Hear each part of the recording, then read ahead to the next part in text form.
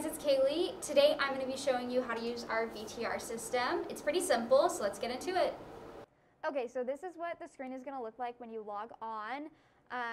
So first we'll go over how to set up a recording. So you just go to this little tab right here and you'll go to File right here and we'll do New, and then you'll pick whatever folder you want it in. So I'll just keep it in this folder, and then you just give it a name right here, and then you just hit OK right there, and this will pop up and it'll tell you the name right here, and then you just have to hit record when you're ready to start recording, and then stop whenever you're done.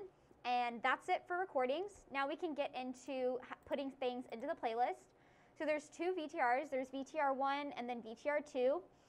For us, what usually goes into VTR 1 is going to be headlines, any in-show content like packages, SOTs, VOs, any bumps that are in the middle of the show. And then VTR 2 is going to be your commercial breaks as well as the bumps that go at the end of commercial breaks. So to put things into these, all you have to do is make sure this little button right here that says Edit is checked. And then you go over to your clip list down here and you pick a folder and you just drag it in, and it's already in there. And we'll drag another one just so I can show you how to use some of these other buttons.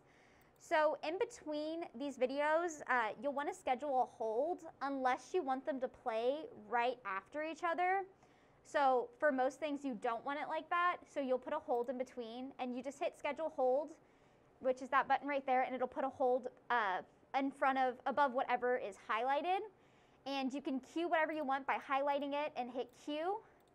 And once it's cued, that's when you can play it. So when you hit play, it'll play whatever's cued.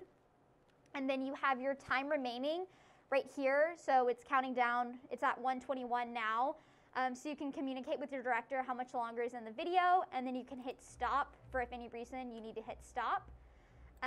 Another thing, to delete things, you just have to right click, hit remove. We're going to cue this. Some things you'll have to play concurrently, you might have to skip, so you'll hit play, and then you can hit next, and it'll automatically start playing the next thing.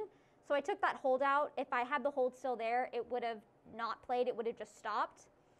But yeah, so that's pretty much everything in VTR, and then VTR 2 is the same thing. Just hit edit, find some commercials, and put them in there, and all the same rules apply.